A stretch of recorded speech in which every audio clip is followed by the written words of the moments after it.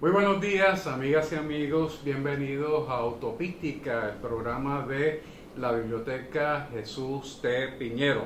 Para nosotros resulta ser un día especial, toda vez que acabamos de inaugurar nuestro anfiteatro con una conferencia magistral del profesor y doctor Charles Venator Santiago, a quien le damos la más cordial bienvenida a este programa.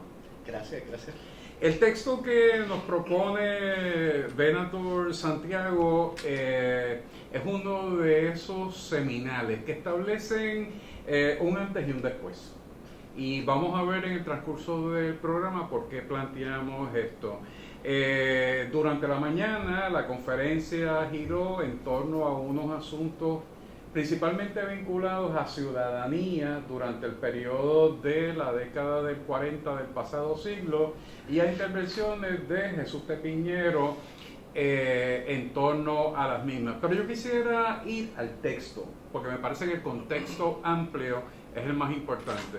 El texto fue titulado Puerto Rico y los orígenes del imperio global de los Estados Unidos. Y esto como que nos trae al presente, ¿verdad? Y cae una cortina, no digo de hierro porque sería volver al periodo de la Guerra Fría, pero cuando hablamos de un imperio global, vemos también que hay una historia detrás, y el texto lo trabaja muy bien.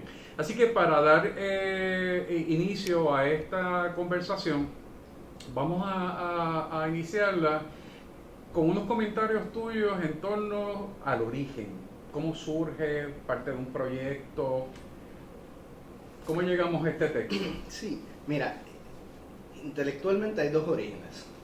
Uno es intelectual profesional vinculado a mi carrera académica, donde en ese momento, en el 2001, 2002 en particular, estoy teniendo conversaciones con abogados sobre el rol como precedente que tiene el caso de Puerto Rico para la creación de campos de concentración o tortura, originalmente en Puerto Rico, en Aguadilla, luego en las islas del Pacífico y finalmente en Guantánamo. Y tengo esta conversación con varios abogados, amigos y colegas que no quieren tocar el tema de Puerto Rico y que establecen que no, el caso de Puerto Rico no tiene ninguna relevancia para entender lo que está pasando con la guerra en contra del terrorismo. Mientras tanto, la administración de Bush está soltando documentos que sugieren que están utilizando los precedentes legales del caso de Puerto Rico para justificar la creación de un espacio de detención y tortura. Ese es el origen académico de estudiante graduado del primer artículo que luego se convierte en libro. Intelectualmente, una de mis preocupaciones es que la literatura tiende a enfatizar la intervención de Estados Unidos en el ámbito global en las postrimerías de la Segunda Guerra Mundial y en los comienzos de la Guerra Fría. Sin embargo, los discursos legales ya están articulados en los casos insulares, donde Estados Unidos empieza a imaginarse como una especie de gobierno imperial. Y eso sale a raíz de una transformación en el ejército, con los argumentos de Alfred T. Mahan y la visión del imperio, el Seaboard Empire, que intenta organizar Estados Unidos.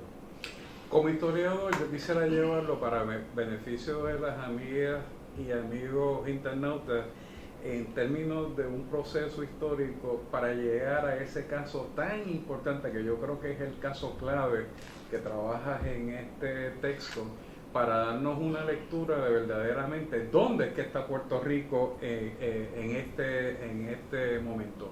Pero has mencionado al capitán Alfred Mahan, has anticipado un poco los orígenes del expansionismo estadounidense que condujo a la intervención de los Estados Unidos en la guerra entre España y Cuba, a la invasión y la ocupación de Puerto Rico y además de Filipinas. Así que hay una larga historia también de este expansionismo territorial que está vinculado de una manera muy estrecha al presente y obviamente al caso de Budemio. Así que yo lo que quisiera es ir un poco desarrollando esa línea para llegar entonces al presente. Vamos a hablar un poco de ese expansionismo territorial que se inaugura a finales del 19.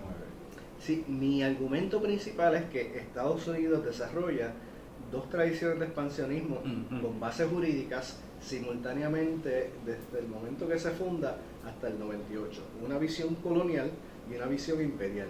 Y aquí utilizo un argumento de derechos romanos estricto, donde digo, el argumento colonial está anclado en una noción de adquirir territorios para la creación de nuevos estados que puedan ser admitidos a la Unión.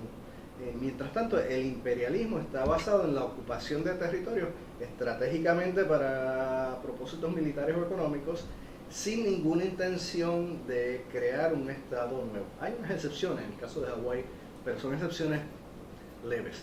Entonces, en el 98, mientras el ejército está articulando una nueva visión de expansionismo territorial, hay unos debates que se dan en ámbitos legales, en ámbitos militares, legisladores, donde se articula una visión que intenta combinar la tradición colonialista, antiimperialista, con la visión imperialista. Y es a raíz de esa combinación que surge lo que algunos académicos han descrito como la tercera vía, lo que el juez Torrella ha descrito como el large policy, que es la noción de que hay territorios que se pueden tratar como colonias y simultáneamente tratar como territorios ocupados. Y el caso de Puerto Rico sienta las bases para ese precedente. Y desde el 1900, 1901, depende de dónde empecemos, los precedentes establecidos a raíz de la ocupación de Puerto Rico han sentado las bases para una tercera vía de expansionismo territorial. Hablando de precedentes, en el caso histórico de Puerto Rico, pues tendríamos que destacar la ocupación militar que condujo entonces a la aprobación de la ley Foraker, porque ese es como el punto de partida de toda esta discusión. Puerto Rico es invadido, el gobierno autonómico es prácticamente derrocado, se establece un gobierno militar, ese gobierno militar no tiene unas instrucciones claras, de hecho las instrucciones que reciben son de la época de la guerra civil, ¿verdad? Sí. Así que los gobernantes militares sencillamente hicieron lo que entendieron que era lo mejor dentro del contexto del proyecto de la americanización. La americanización para la economía, para los asuntos de naturaleza política, para la cultura y la educación. Y todo eso condujo entonces a la aprobación de la ley Foraker. Para beneficio de las amigas y amigos internautas, vamos a hablar un poco del concepto de ciudadanía, ¿verdad?, que inauguró la ley Foraker. La ciudadanía de Puerto Rico, el cuerpo jurídico que le dio el pueblo de Puerto Rico, como un anticipo de lo que ocurre posteriormente en el contexto de la Primera Guerra Mundial, que fue la aprobación de la ley Jones. Pero vamos a hablar un poco primero del impacto de la ley Foraker en ese contexto de lo que tú llamas el expansionismo territorial. Sí, es interesante porque en el 1898, ya había un consenso de que cualquier persona que naciera en un territorio nacía en Estados Unidos. Y la Corte Suprema había emitido una opinión jurídica que establecía que hasta el hijo de un inmigrante indocumentado podía reclamar derecho por nacimiento en un territorio o un estado, un key mark. ¿Qué pasa? Que en el 98, primero con el Tratado de París, la cláusula 9 del Tratado de París, y luego con el Acta Foraker, la sección 7 del Acta Foraker, Estados Unidos empieza a articular una visión para el ciudadano español que había nacido en Puerto Rico, para diferenciar entre el peninsular y el insular, y crea este concepto del ciudadano puertorriqueño que no existe en la Constitución de Puerto Rico, de Estados Unidos. Y la idea era crear una especie de membresía que le permitiera a Estados Unidos reconciliar sus políticas territoriales con la imposición de límites constitucionales en el poder del Congreso sobre los puertorriqueños o en Puerto Rico. Si el puertorriqueño no era ciudadano, no podía ejercer esos reclamos de protecciones constitucionales en contra de las intervenciones autoritarias del gobierno de Estados Unidos. Parte de mi tesis es que yo argumento que el ejército tenía la intención de crear esta especie de nacionalidad para esencialmente expandir los poderes del ejército y luego del Congreso. Y la idea es que el Acta Foraker lo que hace es que normaliza esta visión militar local y los casos insulares le dan el sello constitucional. Aquí yo rompo un poco con los juristas o abogados, en el sentido que yo no creo que esta política empieza con los casos insulares. Esto fue una visión articulada por el gobernador Davis en principio y luego normalizada por el Congreso en el Acta Foraker. Ahora, es importante, la ley de nacionalidad o ciudadanía puertorriqueña del Acta Foraker creaba una ambigüedad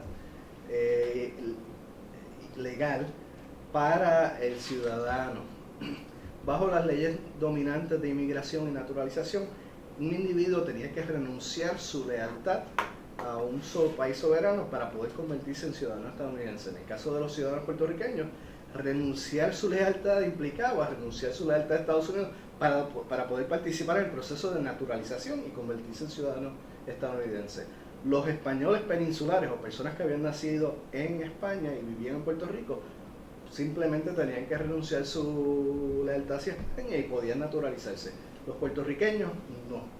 Ahora, los documentos sobre ese periodo disponibles en el Archivo General de Puerto Rico demuestran que se hicieron varias excepciones. Había puertorriqueños que podían ir a las casas, a los custom houses o las casas de comercio en Humacao, San Juan, y pedir una ciudadanía estadounidense en 1899, 1900, y se las estaban dando, pero eran excepciones.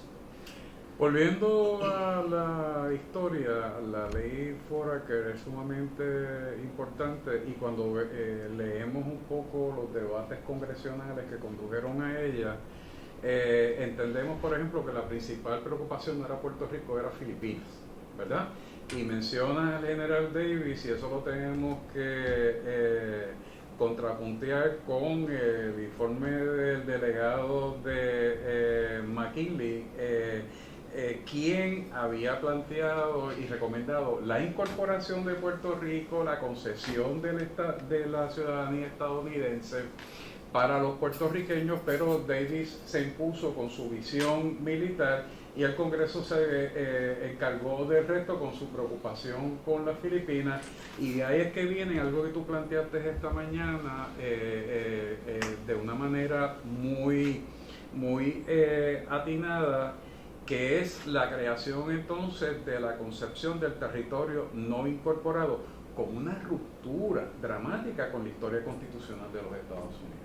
Sí, el territorio no incorporado le permite a Estados Unidos selectivamente tratarlo como un país internacional cuando le conviene o como parte de Estados Unidos cuando le conviene. Pero es interesante también un dato que no ha sido trabajado rigurosamente, que es que cuando se están dando los debates con el secretario de Estado de Estados Unidos y la delegación española, que excluyen a los puertorriqueños en violación de las pautas de la Carta Autonómica, la Comisión Española les reclama a Estados Unidos, pero ¿por qué están dando ciudadanía a los puertorriqueños si en todos los casos previos donde hemos cedido territorios españoles a Estados Unidos, ustedes les dan la ciudadanía? En el caso de México, en el caso de Florida, los territorios del oeste. Y el caso de Puerto Rico rompe con esos debates, inclusive la Comisión Española estaba como que un poco confundida. Y como usted menciona, en ese momento McKinley no quería crear un precedente para darle la ciudadanía a los filipinos o la población asiática. Y entonces excluyen a Puerto Rico de este debate. Volviendo otra vez a las negociaciones, fue muy interesante porque la delegación estadounidense estaba más preocupada por el control, el dominio del territorio, mientras que los españoles estaban más preocupados por la condición de los habitantes. Y eso no era solamente un problema de idioma, era un problema de concepción jurídica, ¿verdad? Así que aquello era abismal y finalmente se resolvió por la vía de la fuerza, con una amenaza a España de que si no firmaban el tratado, los bombardeos a las ciudades de las costas peninsulares iban a ser la próxima tanda de la guerra hispanoamericana. Y ahí sencillamente se firmó y se transó por la parte económica. Pero la creación de un territorio no incorporado donde hay una ruptura total con la historia constitucional de los Estados Unidos, que tiene unas consecuencias terribles y complejas hasta el día de hoy, entonces se inaugura. Y ahí es que viene la reafirmación en los casos insulares. Entonces, parte de mi argumento en el libro es que esa invención de un territorio no incorporado lo que hace es que abre una dimensión para Estados Unidos internacional y doméstica, donde Estados Unidos puede seleccionar cuándo quiere tratar un territorio como parte doméstica, para propósitos constitucionales, y cuándo quiere tratarlo como parte internacional o algún estatus entre medio. Lo interesante es que desde 1901, cuando la Corte emite esos casos, no han sido cuestionados, han sido modificados, han sido expandidos en ciertas áreas, pero han sido utilizados no solamente para gobernar a Puerto Rico, sino para afirmar una política internacional a nivel global. Entonces llegamos, mencionaste otra vez, es que ahora me viene a la mente el autor el concepto interméstico del encuentro de lo internacional y lo doméstico, fue Abraham Lowenthal. Claro. Fue el que lo desarrolló, que yo creo que es muy importante, porque eso sigue cualificando muchos de los aspectos de esta relación con los Estados Unidos. Entonces, es importante también destacar el impacto que tuvo la imposición de la ciudadanía de los Estados Unidos, y digo imposición porque la Cámara de Delegados estuvo opuesta. En esa ley, recuerdas que se habilitaba un plebiscito para ver si queríamos o no imponer la abstención, pero no un plebiscito para aceptar o no. Y en aquel momento la opinión política prevaleciente era que resultaba ser una ciudadanía muy disminuida. Y entonces establezco esto como punto de partida de la pregunta, o sea, las características de esa concesión de ciudadanía, y después el caso de Balzac. Yo tengo una lectura un poco diferente. No, para eso estamos aquí. La primera concesión de ciudadanía formal se da en 1906 con el Bureau of Immigration Naturalization Act del 1906, y sale a raíz de unas propuestas del Departamento de Estado y eventualmente de Trabajo, porque las leyes prevalecientes federales no contemplaban esta ciudadanía puertorriqueña. El puertorriqueño quería un pasaporte de Estados Unidos, tenía que ser ciudadano. Las leyes de derechos 1906. Sí, entonces, entre el 1900 y 1906 hay una serie de conflictos que se dan en el derecho federal. Por ejemplo, para uno trabajar en el gobierno civil de Estados Unidos tenía que ser ciudadano. Entonces, un ciudadano puertorriqueño no era ciudadano estadounidense, y hay que enmendar una serie de debates administrativos. El caso de Molina, un estudiante puertorriqueño en París que es artista, trata de traer sus pinturas, regalarle pinturas a Federico de Getao en ese momento, y está la pregunta de que si él es un extranjero, ciudadano, cuál es el estatus de él. O sea, esa serie de debates administrativos terminan en una cláusula específica en el Bureau of Immigration Naturalization Act, que lo que establece es que los residentes de los territorios pueden solicitar un proceso de naturalización individual al cabo de 2 años, y se aplica a las Filipinas y a Puerto Rico y a Guam. O sea, un puertorriqueño ya en 1906 puede venir a Estados Unidos, a Nueva York, establecer una residencia de 2 años y hacerse ciudadano.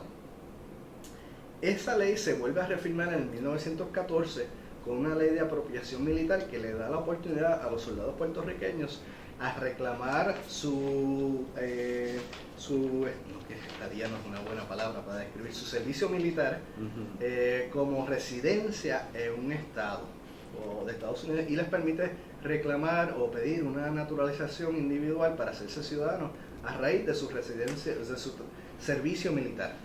¿Qué pasa? Que en los debates del 14 y luego en el 16 del Acta Jones, en cierta manera podemos ver cómo el ejército ya, reconoce que ya los puertorriqueños pueden convertirse en ciudadanos desde el 1906 y hay una resistencia a la extensión colectiva, masiva de la ciudadanía a un grupo de, estos son términos que se utilizan, de iliteratos, de plebeyos, de gente sin educación, de razas minoritarias, no anglosajonas. Y uno de los reclamos es que ya la ciudadanía está disponible para los puertorriqueños, preferiblemente para las élites blancas puertorriqueñas, y en ese sentido no había necesidad de hacer un Acta Jones. ¿Qué pasa? Que también hay un problema administrativo, cómo se maneja a más de 1 millón de personas dentro de estos conflictos de leyes de inmigración, naturalización, derecho civil, y el Acta Jones en cierta manera es una especie de consenso que se le extiende a Puerto Rico, donde los puertorriqueños se les da la opción de afirmar su lealtad y renunciar o no aceptar la ciudadanía estadounidense o mantener la ciudadanía estadounidense. El problema obviamente es que no cambia el estatus del territorio. Esto abre otra serie de debates que terminan en la Corte Suprema, con el caso de Murat y Bifut, donde las cortes locales dicen, bueno, a raíz de la doctrina de territorio, doctrina de no incorporación, una vez Puerto Rico, o el Congreso le extiende la ciudadanía a Puerto Rico, eso se puede interpretar como un ejemplo implícito del Congreso incorporando a Puerto Rico. Y en ese sentido ya esos debates se están dando en el 18, en el 19. El caso de Balzac es bien interesante porque de repente se afirma la doctrina de no incorporación en un territorio habitado por ciudadanos de Estados Unidos. Yo tengo una lectura un poco diferente. ¿Cuál? La opinión original de White establecía que el Congreso tenía el poder de incorporar a Puerto Rico explícitamente, pasando leyes que declaraban a Puerto Rico como territorio incorporado, o implícitamente, donde se le extendía la naturalización colectiva y por ende se reconocía que Puerto Rico ya era miembro de la comunidad política de Estados Unidos. Esa es una lectura que el profesor Efraín Rivera Ramos ha hecho en su libro en relación al caso de Estados Unidos versus Rasmussen, un caso de Alaska. ¿Qué pasa? Que en Balzac, de repente, el juez Taft dice, bueno, no, vamos a eliminar esa discusión de la incorporación implícita y a menos que el Congreso explícitamente le dé o incorpore a Puerto Rico, pues esta cuestión de que este hecho de que son ciudadanos no tiene nada que ver. Y entonces ahí rompe la interpretación. Yo creo que es bien importante porque de repente ya esta noción de incorporación implícita desaparece del plano y a menos que el Congreso establezca que Puerto Rico es un territorio incorporado, vamos a seguir en esa vía. Y esa intervención de William Howard Taft fue clave porque no solamente en ese momento era juez presidente del Tribunal Supremo, sino que también fue presidente de los Estados Unidos, fue gobernador de Filipinas, estuvo en Cuba también. Así que él estaba inmerso en todo ese debate. Pero yo recuerdo, y a mí me llamó mucho la atención, que de su decisión se desprende una advertencia de que la concesión de la ciudadanía estadounidense no llevaba a una eventualidad de la incorporación como territorio, 1, y 2, que llamó también la atención sobre la diferenciación cultural, porque son islas distantes, con culturas distintas, entonces ya establece como un carácter de advertencia de que esto es por otras circunstancias. Que en ese sentido coincidimos en lo que tú estás planteando. En la conferencia de esta mañana también hiciste una relación de modificaciones en términos de la accesibilidad a la ciudadanía de los Estados Unidos que completaste con el tema central de la conferencia, que fue Jesús T. Piñero y las piezas legislativas durante la década de los 40, ¿verdad? Ya nos ha llamado la atención que desde el 1906 hay una vía para adquirirla, ¿cuál fue el proceso hasta llegar a la década de los 50? Que ya estamos en la antesala de la Segunda Guerra Mundial. Claro, cuando se le extiende la ciudadanía a los puertorriqueños, y el Congreso no le cambia el estatus territorial a Puerto Rico. Por ende, el que nace en Puerto Rico en 1918, a menos que tenga un padre ciudadano, no puede adquirir la ciudadanía por nacimiento, solamente la puede adquirir derivada o por sangre o jus sanguinis. Esa ley, esa sección 5 del Acta Jones se modifica en 3 ocasiones, 1927, 34 y 38. Pero en ninguna de esas ocasiones se cambia el estatus del territorio. O sea que el que nace en Puerto Rico hasta el 38 adquiere la ciudadanía derivada o por paternidad. Como expliqué en la charla previa, el problema es que a cada rato, por un sinnúmero de complicaciones legales, habían puertorriqueños que perdían su ciudadanía, no podían adquirir la ciudadanía y tenían que pasar por un proceso de naturalización. Y las 3 enmiendas lo que hacen es que retroactivamente están naturalizando grupos de personas. ¿Qué pasa? A raíz de esa complejidad, el presidente Roosevelt en 1933 organiza un comité para darle orden a las leyes de inmigración, naturalización y ciudadanía para rectificar el problema que no solamente estaba vigente en Puerto Rico, pero también estaba presente en Guam y tangencialmente en las Filipinas, aunque ese caso es más complejo. Y la ley del 1940 lo que establece es que para propósitos de la ciudadanía, el que nace en Puerto Rico nace en Estados Unidos. Y empiezan a seguir un precedente que se había establecido por las Islas Vírgenes, que es la extensión de la regla del jus soli. Eso resuelve el problema de desnaturalización automática a raíz del nacimiento en Puerto Rico. Ya a partir de enero 13 del 1941, el que nace en Puerto Rico nace en Estados Unidos y por ende es nativo de Estados Unidos. ¿Qué pasa? Que el Acta de Nacionalidad del 1940 tenía una cláusula consistente con derechos de inmigración que le permitía a Estados Unidos a desnaturalizar automáticamente a un ciudadano naturalizado que estuviera viviendo fuera de Estados Unidos por más de 5 años. En el caso de Puerto Rico, las relaciones con el Caribe, las relaciones europeas, había puertorriqueños viajando por todo el mundo en los 40. Y si estaban más de 5 años viviendo fuera de Puerto Rico, pues perdían su ciudadanía automáticamente. Ese proceso de desnaturalización fue resuelto en 1948 con una legislación que arregla el problema, inicialmente propuesta por Bolívar Pagán en 1941, pero se resuelve en el 48. Y en ese sentido, ya en el 48 entramos en la última fase de la extensión de la ciudadanía a Puerto Rico. La ley del 1952 lo que hace es afirmar lo que ya el Acta de Nacionalidad del 40 había establecido. Y la historia legislativa está clara. Luego de eso no ha habido ninguna legislación de ciudadanía para Puerto Rico, porque se asume que el que nace en Puerto Rico es ciudadano nativo y está protegido de la desnaturalización automática que se le extienden a los naturalizados. Entonces llegamos al otro punto de tu análisis, que es el expansionismo global.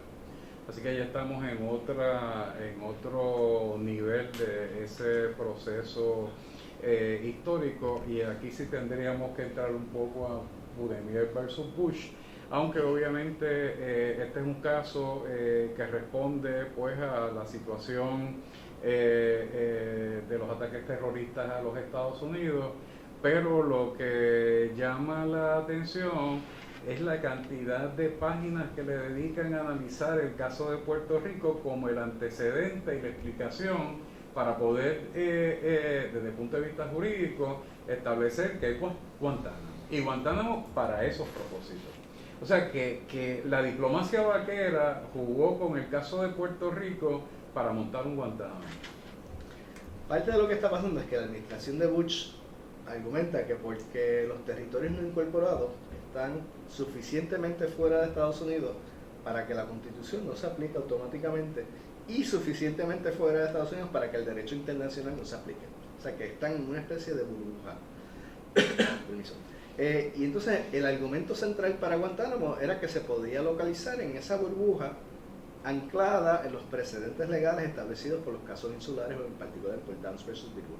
Y eso le permitía a la administración de Bush decir, bueno, a menos que el Congreso extienda un derecho en particular o un privilegio en el caso del rito de habeas corpus, la ley no se aplicaba por su cuenta. Y otra vez, eso estaba establecido por el caso de Puerto Rico en Downs versus Bidwell. ¿Qué pasa? Que el caso de Guantánamo abre una especie de resistencia en la Corte Suprema que no se va a resolver a nivel constitucional hasta el caso de Boumediene. Los casos que se dan antes de Boumediene están cuestionando la aplicación del derecho internacional, de la legislación federal, pero no trabajan en el término constitucional. Y en Boumediene la Corte tiene que buscar algún precedente legal para explicar o justificar su intervención. Y lo que vemos son dos interpretaciones.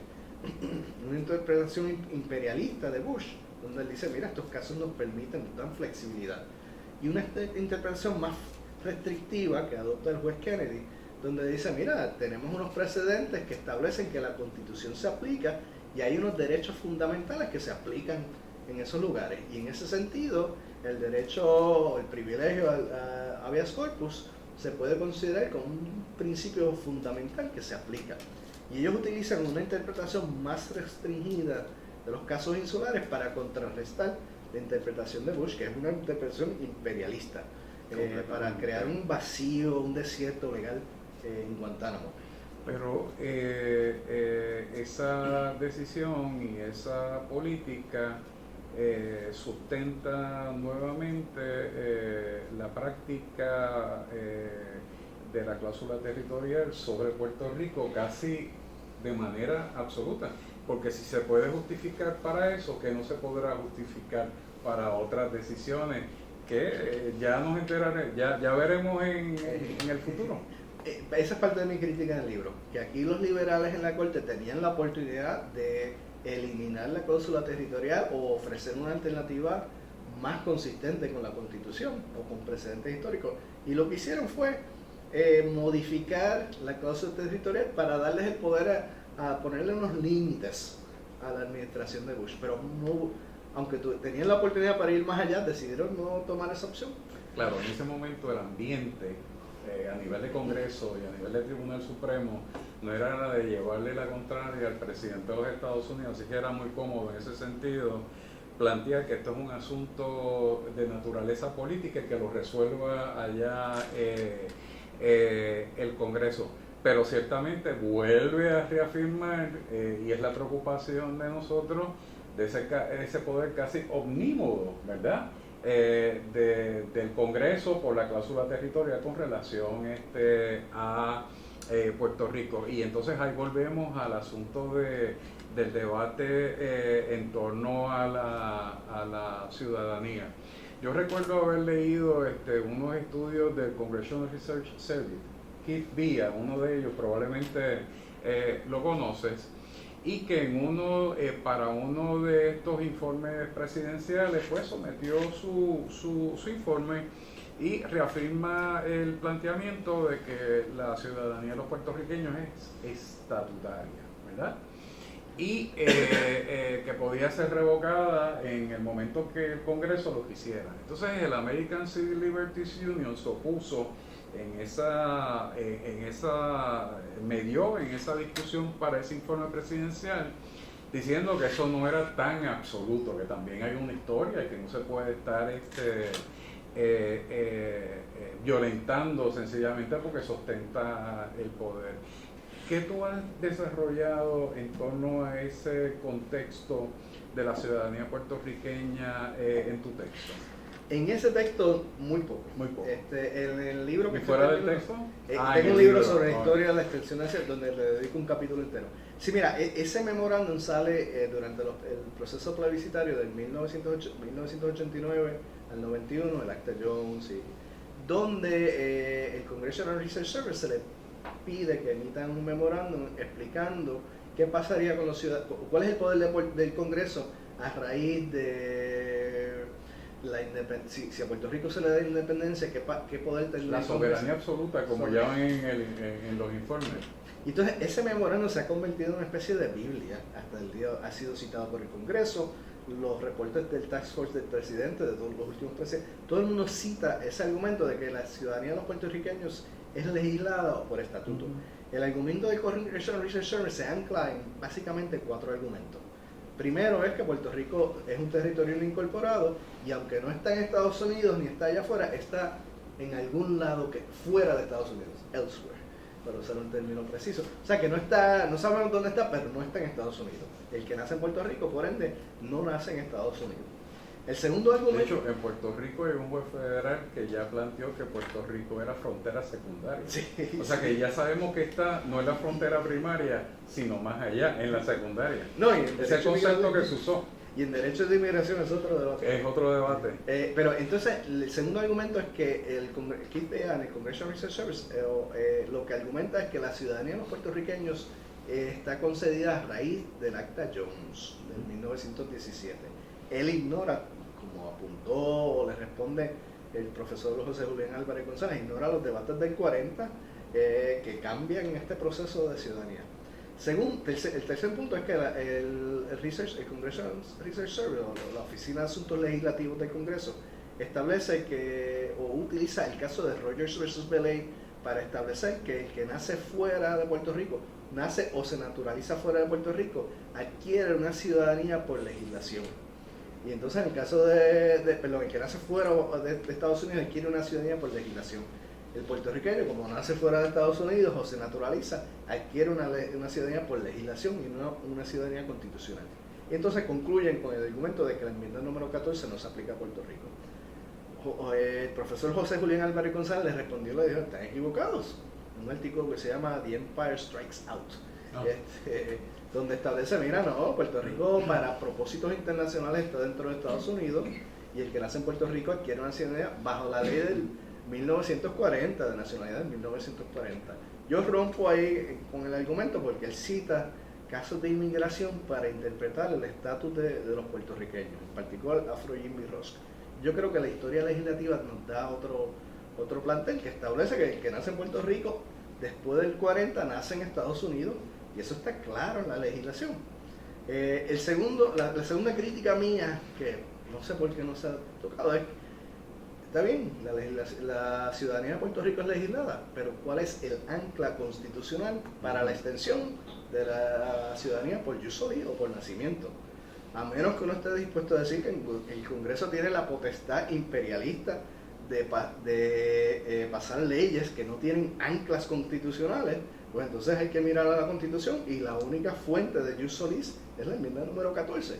Y a menos que uno esté dispuesto a decir que la Constitución tiene una jerarquía de territorios para propósitos de ciudadanía, pues no existe tal cosa. O uno nace en Estados Unidos o nace fuera de Estados Unidos, de acuerdo a la Constitución de Estados Unidos. Y ese argumento legal ha creado unas disputas porque no hay la Constitución de Estados Unidos no tiene los mismos principios legales que se ven en Inglaterra, donde se pueden crear jerarquías de territorios. En Estados Unidos, o estás en Estados Unidos, o naces en Estados Unidos, o naces fuera. Y en el caso de Puerto Rico, pues se crea esa ambigüedad a raíz de los casos insulares, pero se clarifica en la década de los 1940. Y ese periodo no ha sido trabajado. Pero otra vez, la Oficina de Asuntos Legislativos del Congreso, y estoy colaborando con el director en este momento. Eso lo vi esta mañana, que lo hace más interesante. Sí, no, y estamos en conversaciones. Y es un grupo excelente de trabajo. Sí. No, y el director, el encargado de los territorios, es un profesor de ciencias políticas muy bueno, trabaja en American University, bien respetuoso y con compromiso serio. Lo que pasa es que estas decisiones a veces las toman los abogados dentro de la Oficina de Asuntos Legislativos, que no están al tanto de estos debates. Ellos luego admiten, en respuesta al artículo de José Julián Álvarez González, que sí, que habían cometido un error, pero entonces no responden a la crítica tampoco. Algo que se puede observar también es cómo el proceso cada vez se hace más y más restrictivo. Por ejemplo, en el texto que acabamos de compartir sobre futuros alternos bajo la presidencia de James Carter, Futuros Alternos le abre a Puerto Rico un abanico de cuatro opciones, ¿verdad? El Estado Libre Asociado, tal y como está, la incorporación, conducente entonces eventualmente hacia la estadidad, lo que ellos llaman la completa independencia, y por primera vez integran la libre asociación. Y eso se mantuvo prácticamente como la propuesta para Puerto Rico hasta la política de los senderos, precisamente de Bush que entonces hizo una matemática muy interesante, que 4 no cuadran con 50, pero si lo reduces a 2, alguien va a tener 50 más 1, ¿verdad? Y entonces ahí se mueven y no es que lo digo yo, es que esa era la lógica detrás de todo esto, además planteado por los propios artífices del proyecto. Y esto a lo que lleva es entonces a una visión que es cada vez más restrictiva. Entonces podemos estar hablando de los precedentes, pero a nivel congresional lo que está ocurriendo es todo lo contrario, ¿verdad? Y creo que es un factor que también tú has considerado, porque esa mentalidad que tú has desarrollado, ¿verdad? A través del pasado siglo, todavía está viva y muy saludable en el Congreso de los Estados Unidos. Sí, mira, 3 puntos bien importantes que salen a relucir. Yo paso mucho tiempo en Washington, o por lo menos estoy una vez al mes en Washington. El primero es que la Corte Suprema, desde el 1901 hasta el presente, consistentemente ha establecido que la distinción entre un territorio no incorporado y un territorio es que al territorio incorporado no se le garantiza la estadidad. Y la Corte ha afirmado eso y ha utilizado ese vocabulario para describir el estatus de Puerto Rico en una multiplicidad de casos. Segundo es, cuando vemos la data electoral de Puerto Rico, el que participa en las primarias presidenciales tiende a votar por el Partido Demócrata. O sea que si Puerto Rico se convirtiera en un estado, habría una repartición de escaños donde se le darían 5 asientos a Puerto Rico en la Cámara Baja y 2 asientos en el Senado. Y de acuerdo a la data electoral, Puerto Rico sería un estado democrático. O sea, sería darle 7 asientos al Partido Demócrata, y eso está fuera del plantel de un Congreso republicano. O sea, y no va a estar no ha estado en plantel por más de 100 años. Yo he tenido conversaciones con senadores que están apoyando el caso de Puerto Rico, donde me dicen, demócratas, donde me dicen claramente no queremos tocar el tema de estatus, aunque nos beneficiaríamos, porque ellos entienden que no se mueve ese debate de estatus en el Congreso en este momento, y más con la crisis fiscal. El tercer punto que es bien importante es que la administración de Obama de repente en los últimos años ha establecido que el ELA no es una opción constitucional, es incompatible con una interpretación constitucional. O sea que eso limita entonces la discusión, de acuerdo a la administración de Obama, empezando con la de Bush y luego con Obama, a una discusión entre independencia o estadidad. Pero si vemos los debates políticos, estadidad no es una opción. El problema es que la participación electoral puertorriqueña no ha apoyado la independencia. O sea que Estados Unidos está en una especie de 3 y 2. Y el último punto que quiero enfatizar es que cualquier tipo de desvinculación con Estados Unidos tiene unas implicaciones administrativas. ¿Quién se hace responsable de las hipotecas financiadas por los bancos de Estados Unidos? Las tarjetas de crédito, los retiros que se dan, el seguro social.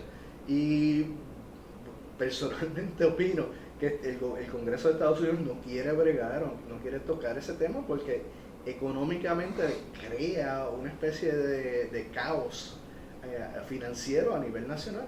En este momento yo entiendo que lo que se está discutiendo tras bastidores es más bien cómo reformar el ELA, porque estadía está fuera del plantel y Independencia no ha resurgido, no ha tenido el apoyo. Pero la asociación podría ser una de las alternativas, y si ese fuera el caso, ¿verdad? En términos hipotéticos, tú planteaste esta mañana cómo los grupos étnicos nacionales de los Estados Unidos tienen en la mayoría de los casos, principalmente los latinoamericanos, doble ciudadanía, y no hay mayor problema con eso. El Congreso, claro, no está en el plan en el caso de Puerto Rico, que haya una doble ciudadanía. Si fuese el caso de promover la asociación política, pero ya como tú planteaste, eso es una realidad sumamente amplia a nivel internacional. Sí, no, en el caso cuando vemos la legislación federal que se ha debatido desde 1900 hasta el presente, han habido más de 120 propuestas legislativas en el Congreso debatidas. Consistentemente las plataformas autonómicas, y aquí varían, han dejado la puerta abierta para una doble ciudadanía, porque entienden que administrativamente es más fácil manejar estas opciones. lo que yo he visto a nivel internacional es que hay, creo que 27 pactos en este momento donde hay ciudadanos de Estados Unidos que pueden mantener doble ciudadanía. El caso de Israel es el más clásico. Esa es una visión política que está vigente, pero también la respuesta de América Latina a este problema de desnaturalización es que pues, podemos hacer un arreglo local para concederle la ciudadanía local o los derechos de ciudadanía a un ciudadano local. Pero esa decisión ya es una decisión local, que vamos a decir que Puerto Rico se hace un país soberano.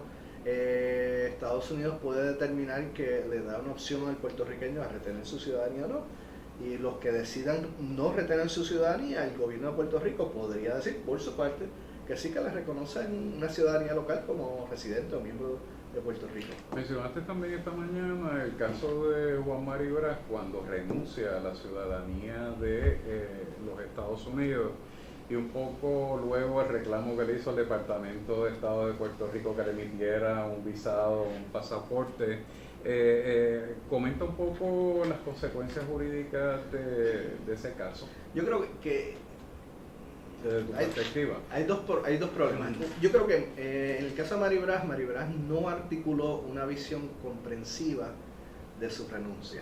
Comprensiva, creo que está implícita, y creo que si uno conoce el trabajo de Mari Brás está claro, pero no lo articuló y entonces deja una especie de vacío de interpretación. Por ejemplo, yo entiendo que Mari Brás puede utilizar el argumento de que renuncia a la ciudadanía de Estados Unidos y regresa a Puerto Rico y puede vivir como ciudadano puertorriqueño porque está viviendo fuera de Estados Unidos para propósitos de la ciudadanía, y esa interpretación es consistente con la lógica de los casos insulares y con el memorándum de 1989.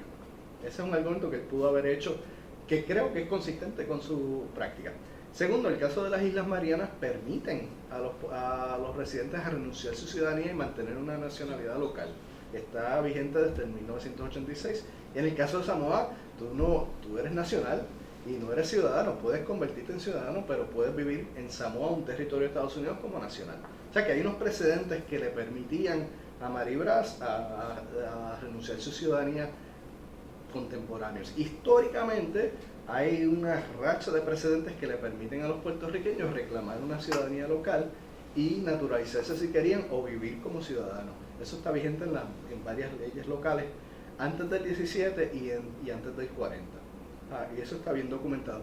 ¿Qué pasa? Que Mari Brás no alude a esos debates. El segundo problema con el caso de Mari Brás es que a Mari Brás se le crea una excepción, quizás porque tenía un familiar en el consulado estadounidense en Venezuela que ayudó en ese proceso, pero al grupo de puertorriqueños que intentan renunciar en República Dominicana y otros lugares, la Corte Federal les dice que no, que ellos no tienen el poder de renunciar. La interpretación local de la Corte de Puerto Rico se refiere más que nada al derecho al voto y reafirma la noción de que Puerto Rico tiene una ciudadanía local comparada con la ciudadanía de los estados. Ese argumento es bastante limitado porque no es consistente con la enmienda número 14. No estoy en desacuerdo, pero es una especie de argumento que no toma en consideración los cambios que han habido en la diferenciación entre la ciudadanía estatal de Estados Unidos y la nacional. Pero se tomó. Otra vez, en el caso de Mari Brás, la crítica siempre ha sido que él no estuvo suficientemente tiempo fuera de Puerto Rico o fuera de Estados Unidos para completar su desnaturalización. Yo creo que Mari Brás hubiera respondido que, mira, sí, bajo los casos insulares yo estoy fuera de Estados Unidos, esa es la lógica. Lo que pasa es que, por lo menos en lo que he leído, no se clarificó. No creo que es inconsistente que el puertorriqueño renuncie a su ciudadanía estadounidense y pueda residir en Puerto Rico, otra vez con los precedentes que se dan en el Pacífico, vigentes hoy día, y con precedentes históricos dentro de la historia del desarrollo de la extensión de la ciudadanía a Puerto Rico. Lo que pasa es que no se ha trabajado, ha sido más una protesta local y no se ha trabajado esta dimensión histórica, pero hay espacio para trabajarlo. Un último comentario que te voy a solicitar. Háblanos un poco de este próximo texto, el próximo que vas a estar publicando. Voy a hacer una confesión. Cuando estaba en el proceso de permanencia, me requerían un libro académico para conseguir permanencia en la Universidad de Connecticut. Yo escribí una historia de la extensión de la ciudadanía a Puerto Rico, basada en un análisis de toda la legislación territorial y de ciudadanía disponible en el Congreso y en el National Archive. Fui año por año, me metí como a 15 archivos, saqué documentos que algunos están inéditos y someto una historia de la extensión. Y la editorial me dijo, eso está interesante, pero no se vende. De igual manera sometí el proyecto a varias casas publicadoras en Estados Unidos y me vinieron con el mismo cuento, que a nadie le importa el caso de Puerto Rico y no vamos a poder venderlo. Pero si haces un vínculo con este artículo que escribiste en el 2004 y Guantánamo y Puerto Rico, eso se vende. Y entonces pues, tuve que escribir este otro libro, que era más que nada una nota al calce del libro de la historia de la extensión de la ciudadanía. Lo que hago en este segundo libro es que voy año por año discutiendo 3 tipos de ciudadanía: la ciudadanía puertorriqueña y toda la historia relevante, la ciudadanía por naturalización, empezando entre el 1906 y el 40, la ciudadanía por nacimiento, y entonces concluyo con los debates que se dan después del 1989, cuando sale este memorándum que cuestiona el estatus del ciudadano en Puerto Rico.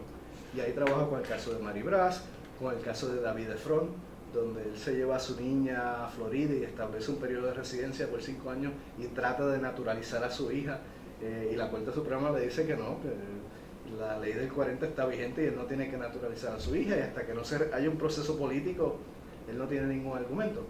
Trabajo con un plebiscito que se discutió donde se planteaba la reafirmación de la ciudadanía, y trabajo con una serie de documentos que han salido a raíz del memorando de 1989. Y la idea es presentar una historia comprensiva de los debates que se han dado sobre el estatus del ciudadano en Puerto Rico. No se ha hecho. Lo más cercano que tenemos es una monografía de Rhys Bothwell, unos trabajos de Trias Monge. La persona que más ha entablado una especie de acercamiento es José Julián Álvarez González en su Historia Constitución, pero nunca se ha escrito una historia que explique cuáles son los debates, cuál es la legislación vigente, y que abra espacios para investigación. Y mi idea es crear una especie de manual libro que sirva de recurso para abrir nuevas brechas en el estudio y el entendimiento de la extensión de la ciudadanía a Puerto Rico. Pues esperamos que ese se venda bien para que te abra las puertas para el tercer trabajo. ¿Cómo pueden las amigas y amigos internautas que estén interesados en este texto de Puerto Rico y los orígenes del imperio global de los Estados Unidos, cómo lo puede conseguir? Esto es de Routledge. Sí, mira, me da vergüenza decirlo, pero es que Routledge no me lo ha publicado en carpeta suave o en paperback, y está carísimo.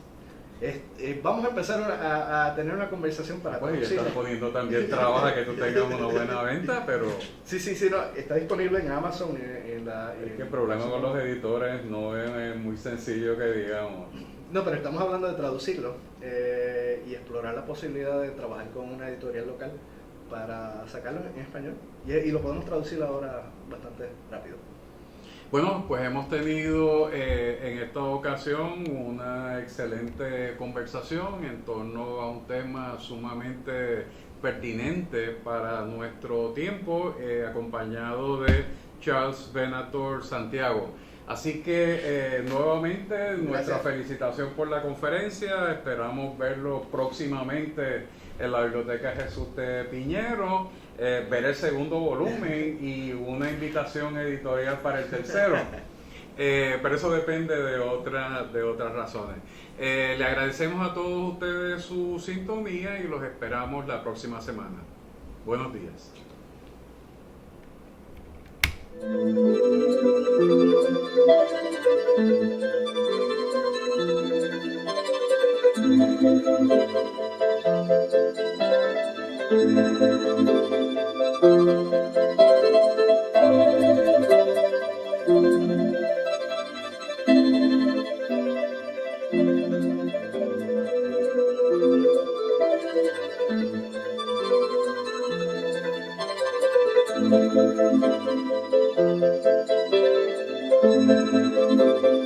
Thank you.